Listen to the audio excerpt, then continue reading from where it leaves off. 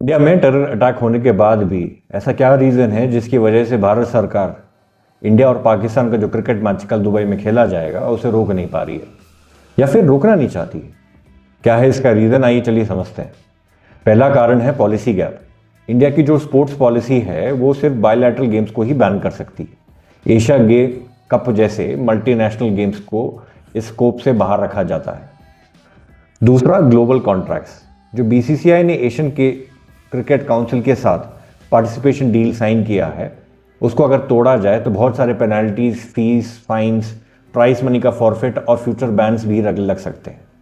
तीसरा कारण है मनी और प्लेयर्स की रैंकिंग। ये जो इंडिया पाकिस्तान का मैच है अराउंड 200 से 300 करोड़ एवरेज एड रेवेन्यू में लेके आता है और इस गेम के दौरान प्लेयर्स के पॉइंट्स भी मेजर्स होते हैं।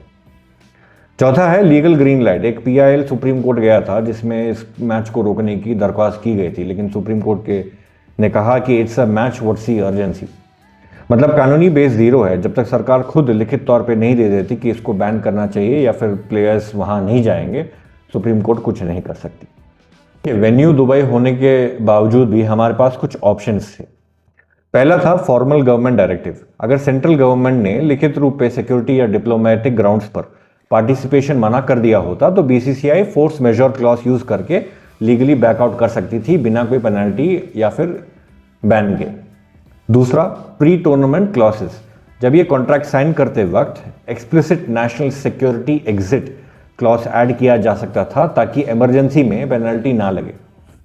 तीसरा, नेगोशिएटेड शेड्यूल चेंज, जिसका मतलब है कि बीसीसीआई और एसीसी मिलकर फिक्सचर्स एडजस्ट करने पर बात कर सकते थे और अगर दोनों तरफ अर्ली कंसेंसस होता तो कुछ ऑप्शंस बन सकते थे कि ये रीशेड्यूल या फिर रीअरेंज किया जा सके। इन ऑप्शंस के लिए पॉलिटिकल विल और अर्ली प्लानिंग जरूरी है कि एशिया कप जो है वो दुबई में हो रहा है क्योंकि पॉलिसी कार्व आउट हो चुकी है, ग्लोबल क्रिकेट कॉन्ट्रैक्ट साइन हो चुके हैं और क्लियर लीगल क्लियरेंस है। तब एक तरफ है। अगर इसको रोकने का तरीका अपनाना होता तो ये कुछ चीज़ें हैं वो जो सरकार कर सकती थी। एक है फॉर्मल गवर्नमेंट डायरेक्टिव या पहले से ड्राफ्टेड सिक्योरिटी क्लॉज।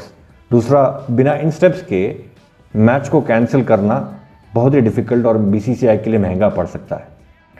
देखो, मैच देखना या ना देखना ये आप पे है, ये आपके ज़मीर पे है या आपके विश्वास पर है, सरकार पर और भारत पर। तो कल जब आप बोर हो जाएं तो टीवी देखते वक्त आपको ये ना लगे कि चलो मैच डालते हैं, मैच देख लेते हैं। ये डिसाइड करना आपके हाथ।